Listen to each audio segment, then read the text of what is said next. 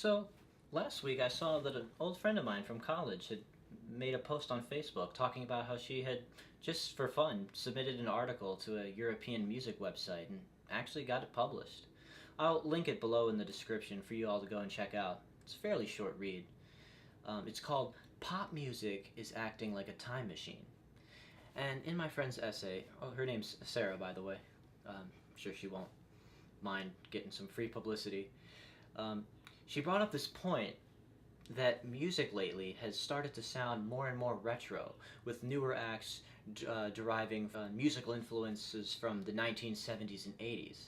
And when I saw the title of her article, I was intrigued to hear her perspective because it has to do with something that I've been thinking about myself for a while. So, really, I think that this notion of retro music is been around for a long time, basically forever. It's nothing new. I mean, even in the mid '80s, there were there were groups coming out that were trying to bring back the '60s psychedelic sound long before modern hipster bands like Beach Fossils were ever trying to do it. But I think that history has shown that the appeal of retro music has a lot to do with timing in order for how well it's going to be received. And while listeners often enjoy dead music genres, generally speaking, people don't like music that is freshly dead. For example, there was this fresh hard rock group called Zebra that came out in 1982, I think, and they were trying to sound like Led Zeppelin still, in a musical context, right where classic rock was firmly being phased out in order to make room for incoming sounds of new wave and this hair metal rock. So, talented as Zebra was, they didn't really have as much of a future on the charts and were kind of dead on arrival. But anyway, even for the replacement genre of Zebra, their days were numbered as well. I mean, by the next decade, a fleet of new hair metal bands, Slaughter, Damn Yankees, Firehouse, came out in like 1991, right when grunge was launching to bulldoze their genre into the dust. So, in spite of an initial flicker of success with like those songs Up All Night, Sleep All Day, and like High Enough, they were pretty much dead on arrival too. And because unfortunately, genre obsolescence happens frighteningly fast. But strangely enough, that statement is both true and not so true today in our particular context. Because as far as the pop music scene is concerned, anyway, I think that this last generation of music, like the one that we're basically in right now, has been dragging its feet when it's come to seeing a large shift in the industry. For example, take some arbitrary, horn prominent disco album by Casey and the Sunshine Band back in 1975 and imagine it being released in 1985. It would sound so out of place in a musical context only 10 years removed. The industry had changed so rapidly by then, and a similarly large change occurred in the music scene again within the next 10 years, with the pop music of 1995 possessing an almost night and day difference from the phasey, spacious, arena rock, analog synth, heavy mid 80s of like Yazoo and Tears for Fears. But look at our context in mid 2017 right now. Have things really changed so radically in the last 10 years or so? If you take like a prominent pop album like The End by the Black Eyed Peas from 10 years ago with the singles I Got a Feeling and Boom Boom Pow and I'm a Bee, I think I can safely say that it would sound comfortably right at home with almost everything else that's dominating the charts right now.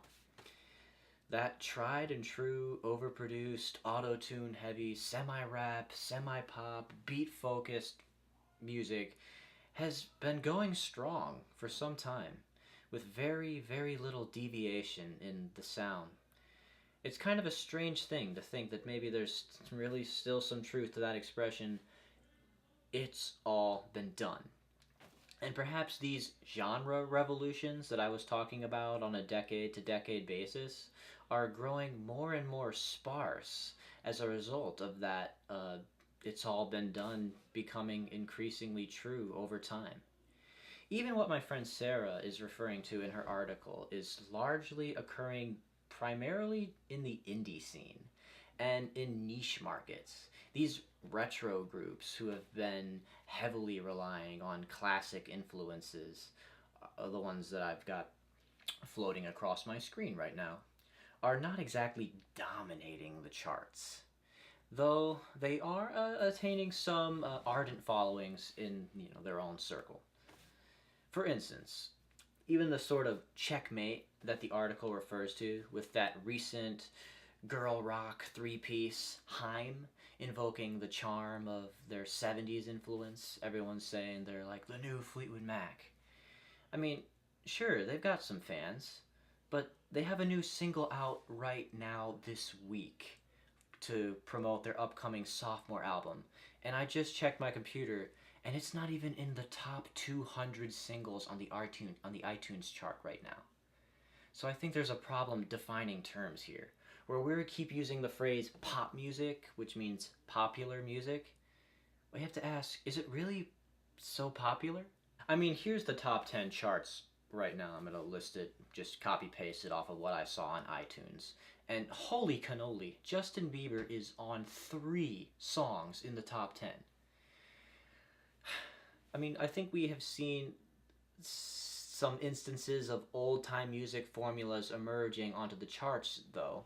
Daft Punk's Get Lucky, Uptown Funk by Bruno Mars were throwbacks to roller disco days of old, and were undeniably mega hits. However, this retro pop is not quite the mainstream yet, I think it's safe to say.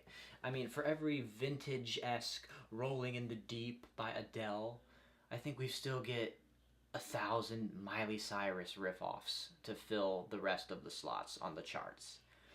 But maybe it isn't so hopeless after all. Maybe since it's all been done, and the industry is having trouble finding a way to make a new groundbreak genre to invent from scratch, perhaps listeners are getting their fix for a change in sound by slowly gravitating toward artists who are at least doing something different than the mainstream by making music that follows classic formulas of dead music genres that were more about the music. I've heard tales about musicians feeling like they've been treated like products by their studios, not artists, and that they're not having as much creative control over their own work even. Studios are trying to play it as safe as possible with pop music releases these days, even resorting to getting algorithms to write songs for them, apparently. So, when artists get some room to do their own thing on a big budget studio produced record, they sometimes can branch out a little, because they've already shown that they make money, and can show us what other styles of music that they've got culminating within them. Take Harry Styles, the guy from One Direction. Just put out a surprisingly interesting solo album last month. He showed on the track listing that he himself has some classic rock influences amid all the bubblegum pop that he and his band has made for the last half decade or so. And he does an earnest job to make some authentic tunes that embody the style and the heart of the 70s rock era, for at least half the track listing anyway. I suspect that he might have had to level with his producers a bit, go old school for half the album, while still releasing a number of songs in line with the modern sound that his fans know and love him for. Then there's Donald Glover, who just put out a very, very 70s funk rock album, Awaken My Love, with his band Childish Gambino. On this album, he clearly labored meticulously... Sorry, that's my cat. Remember my cat from the last video? Well, she's knocking stuff off the shelf, so... He clearly labored meticulously to recreate the atmosphere, guitar effects, mixing style, vocal delivery of classic, iconic funk rock groups like Parliament Funkadelic and the Isley Brothers. And you know what? For much of the album, his band Childish Gambino captures that musical aesthetic brilliantly. However, the one area that I think that these two albums fall short of their influences is in the endurability and the iconic department. Sure, these guys are hot names right now, but will any of these particular tracks really live on for 40 years? These albums have encapsulated the styles in many ways of their influences, but haven't quite delivered on the strong songwriting and undeniable hit singles that these bands that they are so clearly basing their new music on uh, delivered. But you know what? That might be okay. I mean, Fleetwood Mac didn't become a godlike super band until their 10th album. And Pink Floyd went 8 albums before Dark Side of the Moon came out. So I guess there's room to grow. And it seems that these young groups are on the right track. So if this time machine effect is going to be revolutionary, then it shouldn't be as much about just recreating sounds exactly from previous decades as it should be about reminding us all what the music of that era meant to people in its authenticity and in its message and in its spirit and in its musicianship and in its risks and its boldness.